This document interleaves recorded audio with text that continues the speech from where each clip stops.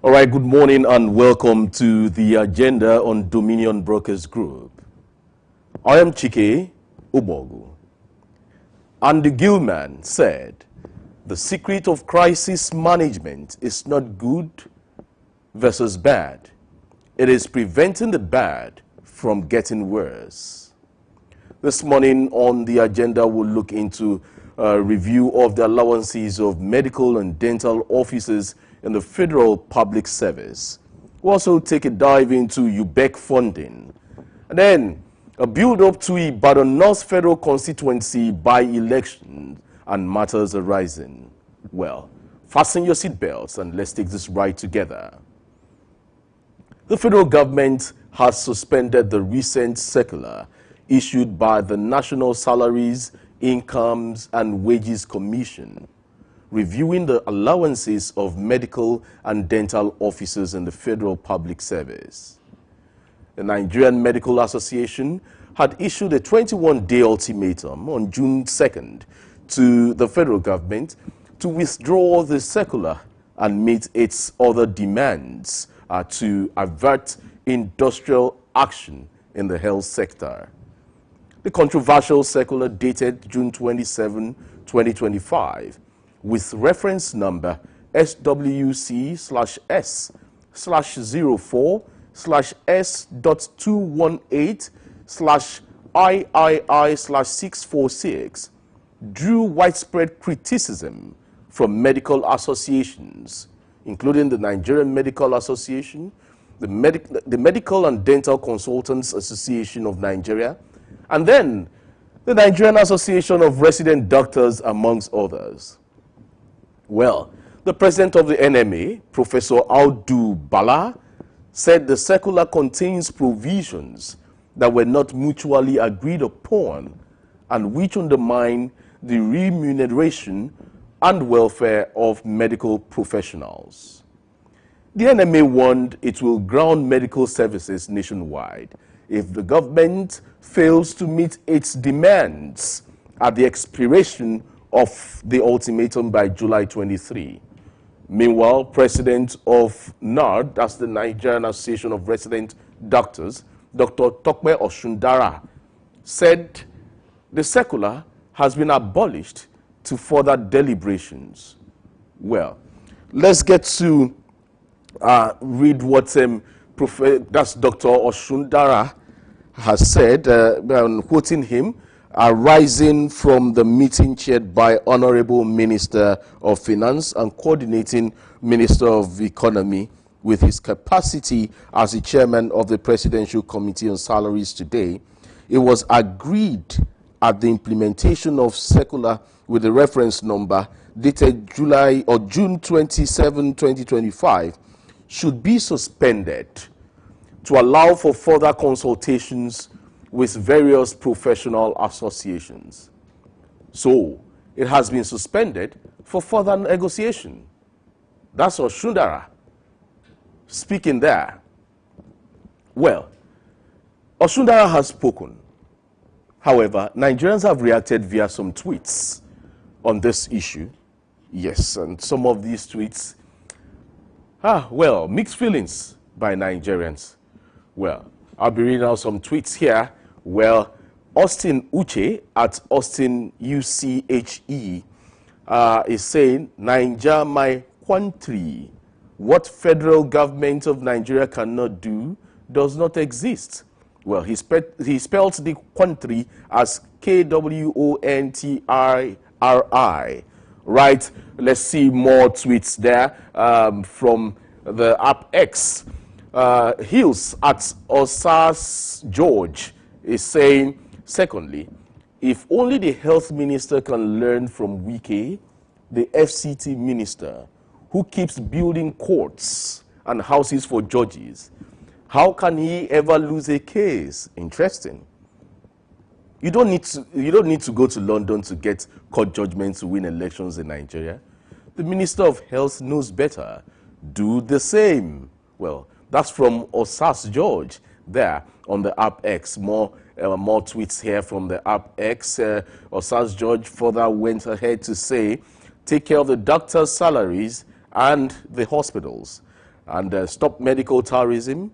You know you can trust a bridge you build with sand, only without pillars. That's Osas George there. Well, let me see. Sugarman at Precious on the app X is saying they have to revisit the allowance as it affects nurses. The government was too discriminatory against them. Well, nurses have been said to be relegated to the background, especially when it comes to issues of funding. Henry, that's at Meet ENRYE, Meet Henry, that's at MEETENRYE on the app X, is saying, one good thing about this government I can't find. Well, find some positives. Henry, find some positives from this government. Well, it is not perfect anywhere in the world. King J at one King CJ on the app X is saying, doctors celebrated too early. Government hits them with a plot twist. Interesting. Is it wrong to be optimistic? It is not. Danny Bliss at Danny Bliss on the app X. So they raised hope, then paused it. Healthcare deserves steady progress, not back and forth. That's the tweet there. Well, Hugh, okay, Hogsmore Entertainment. Yes, Hogsmore Entertainment is tweeting here and saying the entire system, not just health. A country is a system that functions through its parts. Therefore, each part, just like the body system, needs to function optimally. I talk as a sociologist, like it is liken it to structural functionalism theory. We need a system change. We need a constitution. All right, that's from Hogsmore Entertainment there on the app X. Well, for doctors, nurses, dentists, dental officers, dentists, dental technicians, well, let's just hope the federal government will do the needful by coming to their rescue. Let's see a better healthcare system where medical practitioners will no longer japa, will no longer escape, as it were. Let them stay back in Nigeria. We'll see a medical healthcare system where you have patients being treated here in Nigeria, leaders treated here in Nigeria, than applying for medical tourism. Well, we'll go on this break. When I come back, more talking points, and my guests should be joining me at this time. Stick around, don't go away.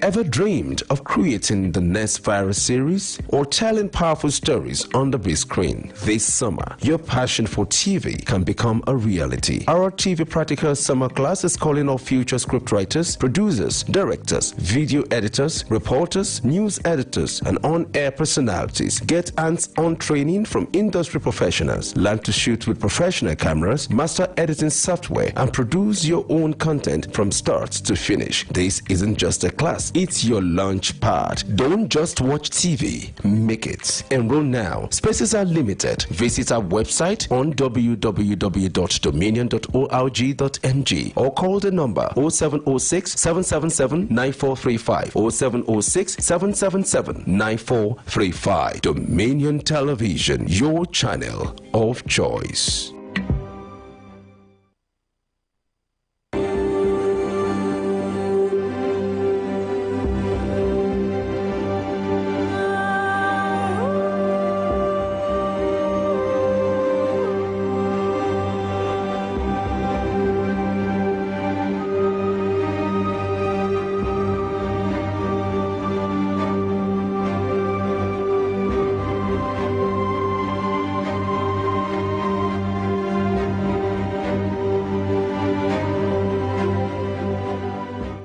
All right, welcome back from that break. Let's talk politics now. The Ibadan North Federal Constituency by-election set for August 16, 2025 is heating up, with 19 political parties vying for the vacant House of Representatives seat. We'll look at the contenders, the pretenders, and the role of the African Democratic Party, African Democratic Congress, the ADC, after this, in the course of this program. Well, the heated build-up to the Ibadan North Federal Constituency by-election, scheduled for August 16, 2025. The by-election prompted by the passing of Honorable Olaide Akinremi, also known as Jagaban, in July 2024. About a year, we'll see about 12 wards, 217,980 voters, and 512 polling units to choose a new representative for Ibadan North Federal Constituency. INEC has promised a credible poll, with campaigning running from August 2nd to August 14. But it's ADC's strategic moves that is turning the heads of other political parties, as it were, considering the coalition. Well, for the APC,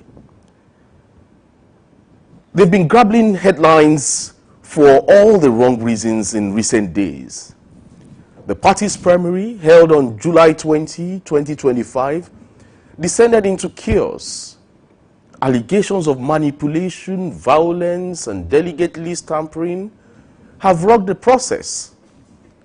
9 aspirants, including former Ibadan North Local Government Chairman Idris Lakpade, rejected the primary's outcome, calling it a charade. The crisis deepened with accusations of a 7th minister and a recently rejoined ex-Accord Party member trying to impose a candidate, causing friction within the APC. The Oyo APC peace advocates and the apex leaders have demanded a fair primary, warning that internal discord could cost the party this critical seat and maybe weaken its 2027 prospects. Let's get to listen to what transpired over the weekend from by-election primary centers. Because according to INEC guideline, there's stipulated time. By Monday, we should submit a candidate. And today is Saturday, so we only have tomorrow Sunday. So if by today we didn't do anything, tomorrow we didn't do anything, how do we present a candidate by Monday? So I don't know, maybe there's another arrangement going on, but according to what we all agreed, what the party members want, we want a free, fair, and credible election, whereby we can choose who wants to go and represent us. People should have impact in whoever they are sending over there, because if you look at the political settings in Nigeria, there has been a lot of imposition, and this brings a lot of division in parties. This is what led to the APC. This is what sent us out of government in Oyo State here, APC in Oyo State. Ever before now, we've been expecting that the schedule, the exercise schedule, will be followed. But due to the death of our former president, President Muhammad Buhari, they declared 3 days holiday, which affected the schedule, and this makes it so difficult to actually get it aligned. And despite that, we've been here since morning. The party members are here since morning in Ward 7, waiting for the setup of the exercise. But it's unfortunate, with the information we're gathering from the APC state office, that we should just relax. Let us have a very nice and calm situation in the ward. And we've been doing that, still awaiting. We are on course. Everything is dependent on the committee from Abuja. We had issues, but it has been resolved. So are the committee still going to conduct the primary tomorrow? They are going to get back to us soon. We met earlier in the day, and we were asked to reconvene. Now, the consensus is we will meet again today. And democratically, contest for 5 delegates in each of the ward, and that will bring 60. It is when we have the delegate congress today, when they produce 16 names, 5 delegates per ward, that will not be the 5 delegates per ward that we go and, be the delegate as been certified by the party to run the actual primaries, which everybody will not contest for. But as it is today, there's no delegate congress. Nothing of such happened. Nothing has taken place. All our supporters are there across all the wards. If you go there, you see them physically present, waiting for the committee to come down and conduct this election with support of the party. But nothing of such has happened. And as true Democrats, that is where we have a contention. And we believe this issue will be resolved. We believe the party will remain strong. We must avoid anything that will disunite us as a party, as a people. Because this election is a litmus test election. It's an election we have to win for the party. It's an election we have to win for Mr. President. It's an election we have to win for ourselves. You understand? The process has been on since INEC gave us the timetable, and we are still within the perimeter of the...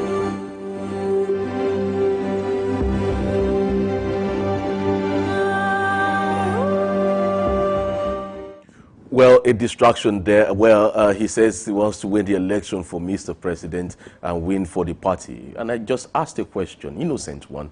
Why not win the election for the people? Well, as at yesterday, 3 separate aspirants, Honorable Adewale Hastrop Murphy, Honorable Farouk Arishekola Lao, and Honorable Olusegun Olaleye, popularly known as Radical Brother, have each claimed victory in the primaries. Well, I wonder how a party will have 3 candidates. Well, according to the Vanguard newspaper, sources within the party say the powerful interests within the APC sponsored conflicting delegates lists and backed different aspirants, resulting in multiple winners emerging from various venues of the exercise. Well, 3 winners, 3 different venues, and that's the APC.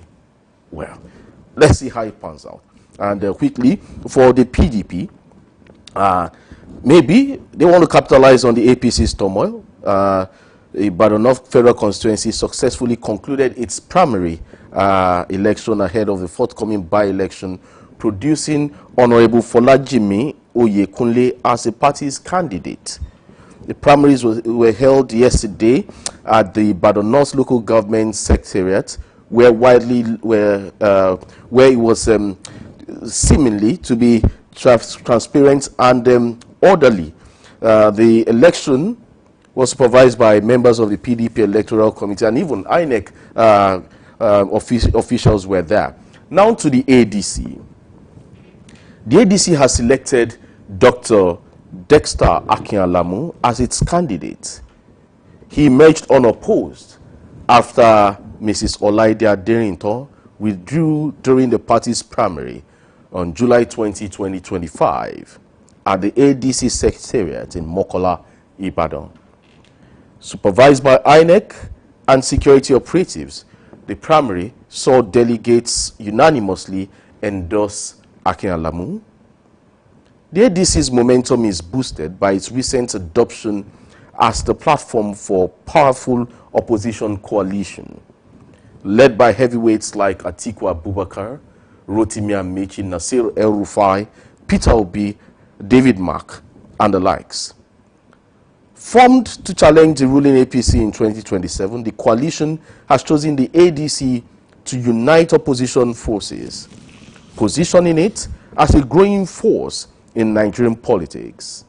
Well, this strategic realignment is already maybe influencing the Ibadan North political race.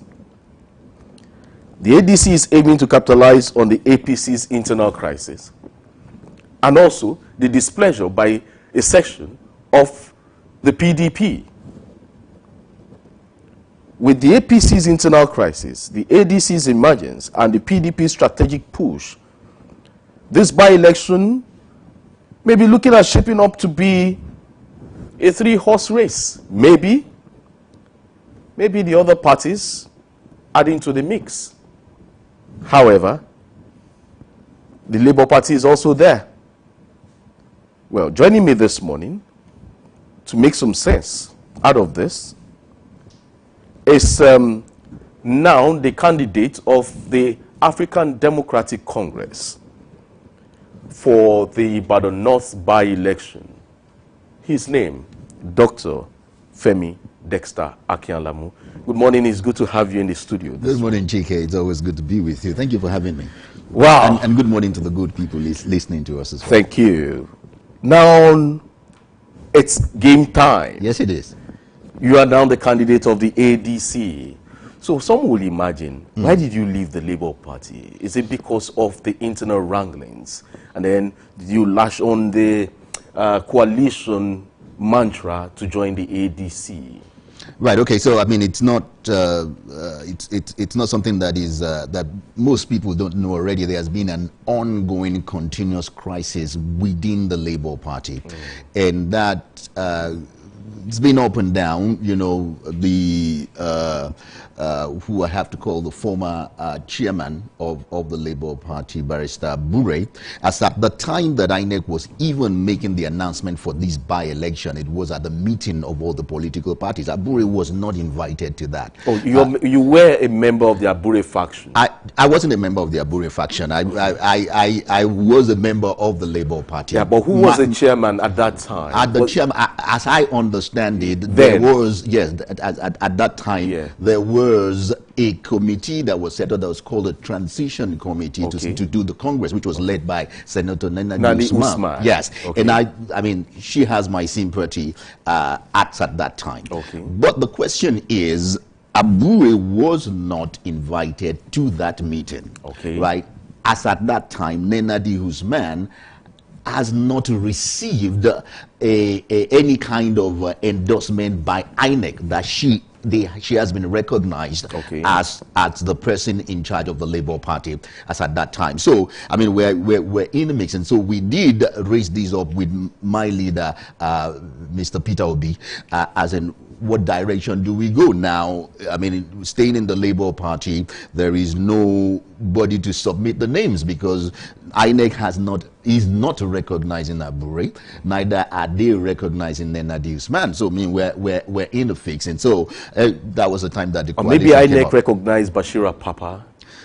I mean, Bashir Papa is even out of the mix as at that time. He wasn't even in the picture. He wasn't in the picture at all. It was Abure claiming that he is still the party based on the Supreme Court's judgment. And Nandi Usman also claiming that she is in charge of the Labour Party based on that. Okay, was it Peter B's advice? Yes, that made you leave the Labour Party? Yes, and it was not that advice for me alone. All the candidates that wanted to contest in the by-elections in the various places, we were told categorically to proceed to the ADC and receive our ticket from there. God so good, we had a primary. There was someone that was contending, and she I mean, after we both spoke, she decided that she was going to step down for me and support me. So to get this clear, yes, for clarity's sake, absolutely, Peter Obi advised all that we're going to contest for any by-election at this time to move from the Labour Party and go to the ADC. Is that what you're saying? Absolutely. He told you that? Absolutely. So it means he's going to the ADC?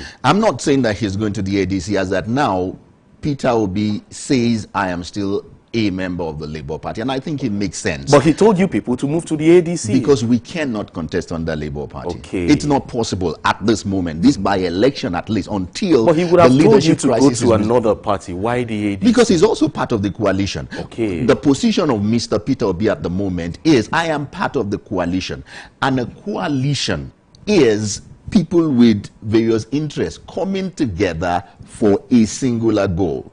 So his position, as at the last time that we had conversation, is I am still a member of the Labour Party, but I am a part of the coalition that has chosen ADC as the platform to choose. Okay. Things will evolve between now and 2027. You know, but as that today, he's still saying I'm still part of Labour Party. And like I was going to say, that it makes a lot of sense, because we started it, I mean, we at that time had started the process of redeeming the Labour Party. You know, even if he's going to leave and go to the ADC, it will be good for him to wait and conclude that process. A redemption process. Absolutely. Okay. Now, let's get to you. Yes. Ibadan North Federal Constituency. Absolutely. It's not time for campaigns yet. Campaigns start on the 2nd of August. August. Yes. And it will end on the 14th. Absolutely. And then the election on the 16th. On the 16th, yes. Now, let's get it straight. Right. The process that led you there. And then the chances. Right. The APC has an internal crisis now in Ibadan North Federal Constituency. Yes. Are you saying you could wriggle through, capitalizing on the fracture within the APC? I think it's just beyond the fracture. I mean, and it's not only the APC, it's the same with the PDP as well. Both parties, I mean, ADC, I mean, if we're talking about the big three now, ADC is the only one of those three that did have all the members of the party agreeing unanimously on Dexter Femi Akin-Alamu. Like I said, there was another who decided within that event to step down and pledge her full support. So in the PDP, they didn't have a primary. They had a show. They had a show because before then, His Excellency had chosen somebody, and it was, I mean, it was something openly. So it was a selection, not an election, for the PDP, and that also led to the resignation of the local government chairman of PDP, who released a statement and said, I can't be part of this. You know, so they're having their own issues there. On the APC side, we're not surprised, you know, on all the things that is going on. Again, it's a selection. They already know who they want to choose, you know. So all of that is going to happen. And but beyond them, the person, the candidacy, the competence, the character of Dexter Femi Akin-Alamu speaks for itself. People have seen what I have done over the years, and beyond them, beyond party politics, people are looking at the person and they're deciding, I think it's time for us to give our support to Dexter Femi Akin-Alamu. I may hit you below the belt. Please do. Feel free. But let me just tell you. Okay. This is politics. Absolutely. You are a preacher man. Yes, I am. So this is not preaching on the altar. I understand that. It's a different ball game entirely. Yes. You've tried this in the past. You've some have tagged you as a serial election loser. Right. And then that you've not made your mark as per winning an election so far. And do you think you could wriggle through leaving the pulpit for the ballot box? Let's look at this. How do you call me a serial election loser? I contested election for the very first time in 2023. And tell me, mention names of people who did what we did. We started campaigning in 2022, which was my first entrance into politics, even though I grew up from a politician's house. But I've never actively done politics until 2022. We campaigned for about a year, and we did what we did at that election. That, for me, is success. Which of them can tell me that they can achieve that? You know, so to call me a serial election loser, it will be ridiculous. You know, so yes, we did not win in 2023, but we have another. We learned the lessons. Did I say everything was right in 2023? Absolutely no. Did we do some things wrong? Absolutely yes. But have we learned our lessons that we can then use to clinch the victory come August 16? Absolutely. And that's what we're going for. That's what we're doing. All right. Now, the ADC's coalition at this moment, are they backing you? And then if they are backing you, because this is the first litmus test for the ADC Absolutely. in all elections, Absolutely. especially in Oyo State, Yes. Ibadan North. Yes. Will the ADC be the wild card? 100%. To answer your first question, are they backing me? Absolutely. Absolutely. Last week I was with the chairman, Senator David Mark. I mean, we had conversations on how important this election is and how it is that we have to meet. I'm meeting another very strong man in the party. I don't want to mention names, in Lagos this afternoon, right? We're going to meet all the stakeholders, and we are letting them know this is the first litmus test, as you put it. If ADC is serious, we have no choice but to pick up a few seats in this by-election. And Ibadan North is the low-hanging fruit for us. We have all it takes to pick up the win on August 16, and we will. So aside the coalition from the center, yes, in Oyo State, absolutely, you emerging as a candidate of the ADC, have you been able to unite the ADC and the new entrants together? Because it's very important this is done ahead of the elections. Have you been able to do that? Absolutely. I mean, there is no division within the ADC. Absolutely, it was unanimous. The only thing is now we have various interests coming, but they are the articulates and the obedience, right? Those are the only people that I want my principal to win. But both the articulates and the obedience are solidly behind Dexter Femi Akinlalamu. And you know, there is no voice that is saying anything different within the ADC. I mean, I met with, you know, quite a few of the obedience who are always my people. And I have had series of meetings with the people who are considered articulates as well, and every one of them is willing to put hands together. You know, we'll sort out 2027 later on, but this is our first assignment. You know, it's to show that ADC is serious by putting all of our strength, putting all of our energy into the elections of August 16. In 2023, you were in a party that was not spending shishi. That's the Labour Party. Absolutely. Now you are with the ADC. Yes. With the money bags. Do you have enough money to win this election? Money is very important in politics, but money is not everything in politics, right? I believe very, very strongly, beyond the money, that the people have learned a few lessons since 2023. That if they give you money, please collect your money. It's part of the national loot that they have taken. But it's very important that we begin to put in positions the people with the competency, the character, the compassion for the people that will help Nigeria move forward. You know, but you can't put us down when it comes to money. You can't put us down. But we are not going for money politics. We are going to play the politics that will give the people the dividends of democracy over the years that we will be in service.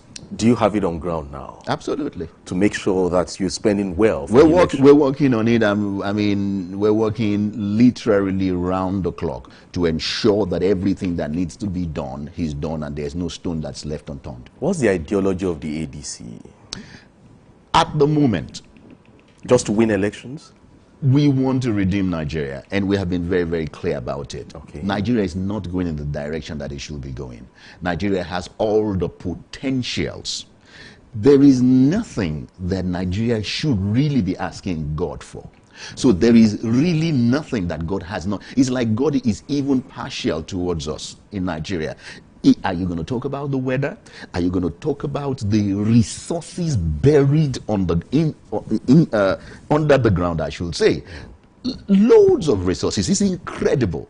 Are you also going to talk about human resources? The kind of brains that an average Nigeria has. We have the natural resources. We have the human resources. We have the environmental resources to be able to make something great out of this nation. The only thing we're lacking is good leadership, visionary leadership that is really, really compassionate about the people and that really, really wants to take Nigeria to this promised land. And it's about time. And that's the ideology of and all of us are coming together to say we must then begin to move Nigeria in the direction that it's supposed to be going. So you say the ideology is tilting towards redemption. Absolutely. So if it is tilting towards redemption, you have some politicians in the ADC who were part of the rot that you want to redeem. Are they also coming back to redeem the rots they caused? Let me say something, that people do change. Do you change an old man? Do you learn how to use your left hand at old age? Everybody can change. The young people, they have the strength to change Nigeria. Okay. The old can be able to look back. In my village, they say you can't say that you have more clothes than an old man, but you can never have more rights. So they have the experience to look back and say, oh, we did that wrongly. Can I have another chance at this? But this is also a mixture of the old and the young, right? And we both need each other. This is what I'm saying. We young people, do I call myself young? I'm not sure. Let me feel young, right? That we You're young still a people. youth. Yes, I am. Yeah. Compared to the likes of your principal, Atiku Abubakar, you are still a youth. Okay. So I'll take it. So we young people are clamoring and saying, we have the strength. Let us change Nigeria. But the truth of the matter is we cannot do it alone. We need those old people. Also, beyond that, even these people that we're talking about, when they were in power, Nigeria was better than it is today. Before the APC government, I could still buy a bag of rice for under 10,000 naira. I need 100,000 naira or more to get one now. So I'm not saying that they did everything right, but I'm still saying that these guys, no matter what we want to say, when they were in power, Nigeria wasn't like this. You know, and we have their commitment, because in the ADC, we have spoken to ourselves, we have sat down and say, you know, things must change. And this is our opportunity. Even those of you that have made mistakes in time past, this is the opportunity to redeem yourself and go to the grave with peace of mind, knowing that you still did your best to bring things back in place. You have a political juggernaut as the President of the Federal Republic of Nigeria. He is a master strategist when it comes to politics. The ADC, a marriage of strange bedfellows at this moment. If you put it that way. At this moment. Okay. You have people, many of them who want to become president at this time, coming together. Do you think they have what it takes to defeat the man at the center, the President of the Federal Republic of Nigeria, come 2027? Absolutely. I think Nigerians have seen the best. He made some of them. It really doesn't matter. It really doesn't matter. The point is, we should look at the competence. We should look at the results. We should look at what we have done and where it has brought us. And then we should decide, is this the way we really want to go? I mean, can you think about another 6 years in this direction that we want to go? How much? I mean, I've given a few examples now, because I happen to be a pastor. I see things, right? And I was speaking to someone who wanted prayers for asthma, because he was at the hospital at the point that he was talking about. And I said, what happened? And he said, I had a crisis in the night, and then I didn't have an inhaler, right?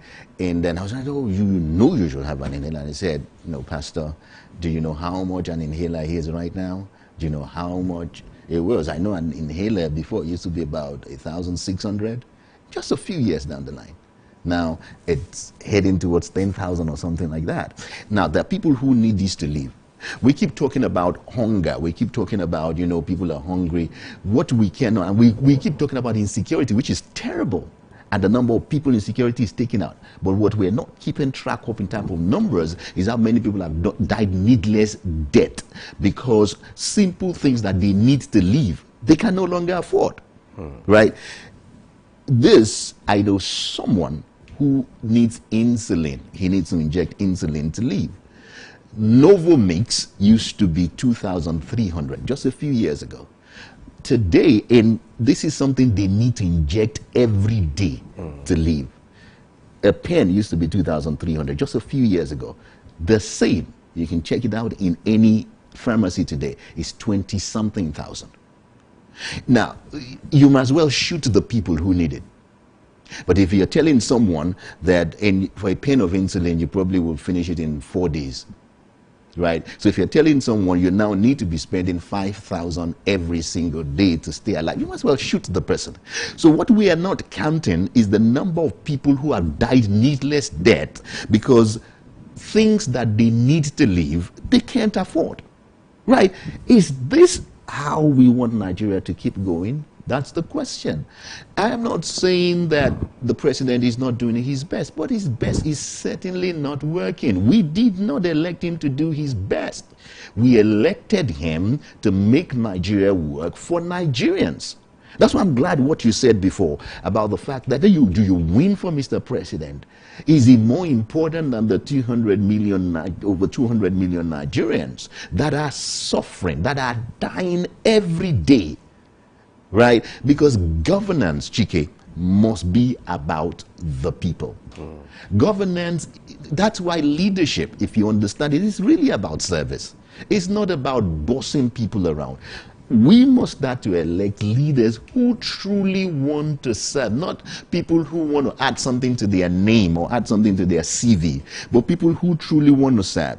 By the grace of God, I'm going to the Federal House of Representatives, and I've said it, you know, that I have worked on a bill, and that's my pet project, right? I've worked on a bill that I'm calling the Social Security Bill. There's a lot of talk earlier about the tax reform bill, which is a good thing. But there's something that must precede tax reform bill. It's a social security bill. We cannot be talking about tax if there's no social security for a Nigerian, right? Because it's two ways. I get social security from my government. I pay tax to fund it. So if you want me to start talking about tax, what do you get for being a Nigerian? What do you get? What does your green passport really do for you? Absolutely nothing. Absolutely. There is no reason for me to, if I'm not in Nigeria, for me to come to Nigeria and be trying to get the green passport. There's absolutely no reason, because it's not of any value. If I go to the UK and want to become a UK citizen, because as a UK citizen, there's certain benefits I get. That's called social security. I get an unemployment allowance. I get certain benefits for my health. I get a lot of things that comes to me as social security. Nothing in Nigeria. I did a comprehensive studies of countries in the world. Ghana has one. South Africa has a social security system. Nigeria has nothing. You're a Nigerian, you're on your own. Anything that happens to you is your business. Even if we die, who really cares? So you're looking at fixing it? Absolutely. Absolutely. That would be my pet project. I'm pushing for social security. I know there's necessarily a lot of negotiations to get that. But I believe I am very strong about it. And that's why it's the National Assembly I want to go, beyond any other political office, because I believe that we can begin to fix this country through legislation. All right. Before we call it a wrap on the program this morning, let me ask you this. If you eventually get maybe we should say when, because I will. No, because the elections, it's not, we are yet to have an election. This is me. There's a context. Okay. Now, if you become a member of the Federal House of Representatives, what happens to the ministry as a preacher man? Because you're going to serve the people. Absolutely. You might not have time for the pulpit. Okay. So what happens to the pulpit if you become a member of the Federal House of Representatives? So let me be clear. I am not a pastor. My calling is that of an apostle. Right. So I don't personally pastor any of the branches of our church. I don't. All of them have their resident pastors, right? So I give oversight to the ministry. Oh, you are the general overseer? Absolutely. Okay. That's what I do. So I give oversight to the... That's an interesting nomenclature in Nigeria. I don't have so many general overseers. Yeah, so that's really what I do. That doesn't conflict with my assignment. Because right now, I still do the same and can decide to be anywhere at any time. It doesn't stop me. I have a very close relationship with my pastors. We have mentoring programs. We have training programs. And we do all of that. That is really my assignment. You know, and so there's no conflict in any way. No conflict in any way. Well, I hope we'll be able to get you back and other candidates, because we'll plan for a debate here in this studio. Absolutely. I would really appreciate it, because I have always said it, that if there are candidates more better than me, I will step down for them. Right. So I am, it's not about Dexter Femi Akin-Alamu. It's about who really can deliver the dividends of democracy for the people. And the only reason I'm in the game, because I've not seen anybody who I feel would do a better job than Dexter Akin-Alamu. Right, between the 2nd of August and 14th of August, we should be having a debate here in the studio. Dr. Femi Dexter Akin-Alamu, thank you for featuring on the agenda this morning. Thank you for having me. All right, it's been the agenda this morning. Remember, I started off with a quote. I started off with a quote this morning, and that same quote is what I plan to end the program with this morning there. But before then, let's keep this conversation going. Do follow us on our social media platforms, YouTube, Instagram, Facebook, and TikTok. The handle is at Dominion Broadcast, at Dominion Broadcast. On the app X, it's at Dominion Cast.